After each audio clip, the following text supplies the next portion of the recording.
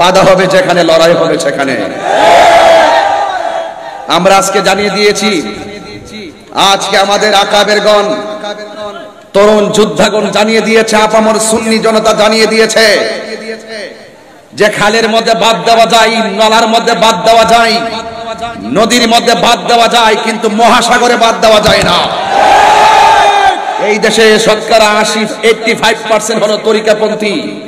আমরা বারবার বলেছি, যারাই ক্ষমতায় আসে আমাদের তরিকাপন্থীদের ভোটেই কিন্তু তারা ক্ষমতায় আসে, কিন্তু আমরা তরিকাপন্থীরা বারবার অবহেলার পাত্র হয়েছি। এখন আমরা ঘুরে দাঁড়িয়ে গেছি, আমাদের সিদ্ধান্ত আমরাই নিব। কথা বলেন ঠিক কিনা বলেন?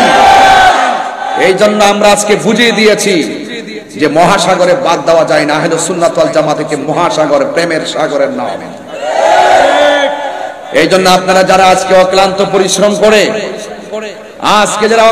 পরিশ্রম করে, ফিলিস্তিনের সমর্থন জানিয়ে ইসরায়েলের আগ্রাসনের বিরুদ্ধে প্রতিবাদ করেছেন, এবং যারা ঢাকার রাজপথকে ইয়া রাসূলুল্লাহ ধ্বনিতে কাঁপিয়ে দিয়েছেন, ইনশাআল্লাহ পরিষ্কার আগামীতে শুধু কর্মসূচি ঘোষণা হবে, সেখানে সরাসরি মহাসমাবেশ হবে।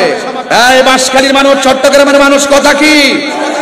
আমাদের সংগ্রামের পরে যে অনৈক্য ছিল, মাসলাকের অনৈক্য ছিল, মাসলাকের দূরত্ব ছিল, 57 বছর পর্যন্ত দেখেছেন ওই মাসলাকের কারণে কেউ কাহারো টেবিলে আসে নাই। আল্লাহর রহমতে আমরা ওই দরবারগুলো মাসলাকের ভিন্নতা থাকলেও আমরা ইস্যু ভিত্তিক ঐক্য হয়ে গেছি। কথা বলেন ঠিক কিনা? এখানে কোনো ভেদাভেদ নাই, সবাই আজকে গিয়েছে। যেই সমস্ত পীর মাশায়েখদের দরবার আমি যেতে পেরেছি, আমরা যেতে পেরেছি, এমন কিছু দরবার আছে আমরা সময়ের অভাবে যেতেও পারি নাই। আজকে আমরা দেখেছি ওই সমস্ত দরবারগুলো দাওয়াতের অপেক্ষা করে নাই, তারা মুরিদান নিয়ে, ভক্তবৃন্দ নিয়ে আজকে শুধুমাত্র সরোয়ার্দী উদ্যান নয়, গোলাপবাগ নয়, আজকে শুধুমাত্র প্রেস ক্লাব নয়, সারা ঢাকা শহর সোহরাওয়ার্দী উদ্যানে পরিণত হয়েছে। কথা বলেন ঠিক কিনা?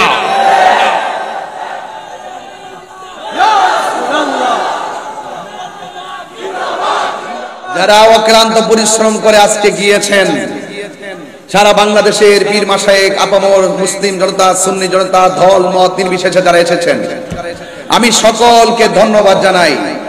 এবং আগামীর যে কোনো কর্মসূচি বাস্তবায়নের জন্য ডাক দিলে আপনাদেরকে কি পাওয়া যাবে?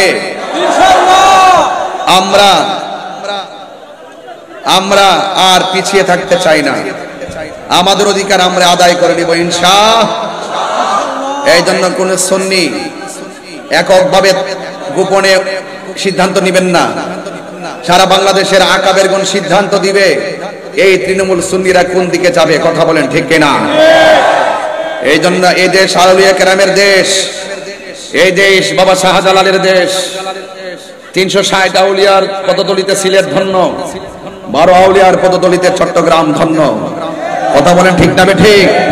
শুধু একটা মিস কল দিয়েছি, যদি আমাদেরকে যদি ওই সুযোগটা যদি না করি, সারা বাংলাদেশ আমরা সোহরাওয়ার্দী উদ্যান বানাই নিতাম। এই দেশে সুন্নিদেরকে বাদ দিয়ে, তরিকাপন্থীদেরকে বাদ দিয়ে অপশক্তিগুলো দেশের মুখপাত্র চাচ্ছে। মনে হয় যেন তারাই একমাত্র ধর্মের মুখপাত্র, এরা ধর্মের নামে অধর্মের চর্চা করে জাতিকে বিভ্রান্ত করছে। কথা বলেন ঠিক কিনা? আজকে দেখেছেন তো শান্তিপ্রিয় কত সুন্দর প্রতিবাদ হয়েছে, যেখানে গরু চুরি নাই, আম চুরি নাই, জুতা চুরি নাই, মারামারি নাই, কাটাকাটি নাই, ধাক্কাধাক্কি নাই, উগ্রতা নাই, সন্ত্রাসী নাই, চাঁদাবাজি নাই, রাহাজানি নাই, ভাঙচুর নাই, অগ্নিসংযোগ নাই। সুন্নি জামাত শান্তির নাম। কথা বলেন ঠিক কিনা? আমরা আবারও প্রমাণ করে দিয়েছি। সুতরাং সুন্নিদেরকে ট্যাগ দিয়ে কথা বলবা না। এই দেশে আমরা দেখি সবচাইতে রাজনৈতিকভাবে সুবিধা ভোগ করে ওই শ্রেণী গোষ্ঠীগুলো যারা ধর্মের নামে অধর্মের চর্চা করে। কথা বলেন ঠিক কিনা? আপনারা সবাই ঐক্যবদ্ধ থাকবেন।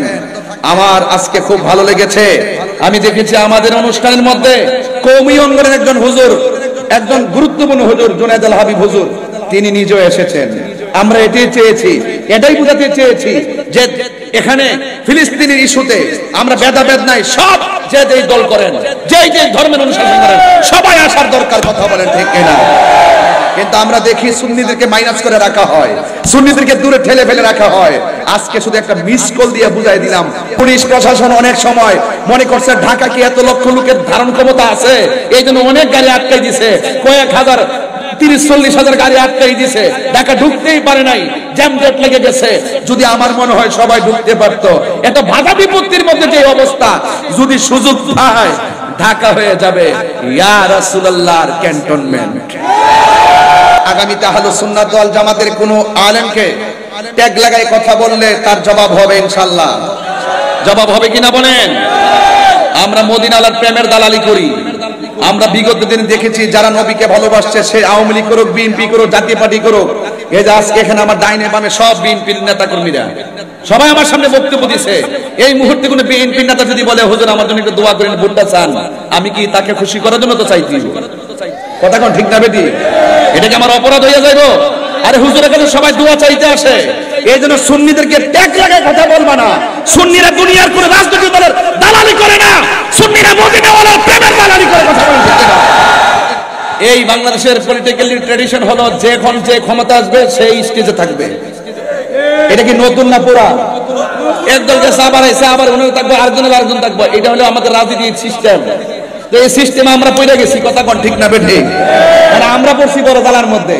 এগুলো ভিডিও ফুটেজ নিয়ে এমকে ভোট চাইছে, এমকে দোয়া করছে, এমকের সাথে ছবি তুলছে, এমকে মসজিদে করছে, এইগুলার নাম কথা নয়। সুতরাং সুন্নিদেরকে ট্যাগ লাগাইবার আগে 500 বার চিন্তা করবেন সামনে।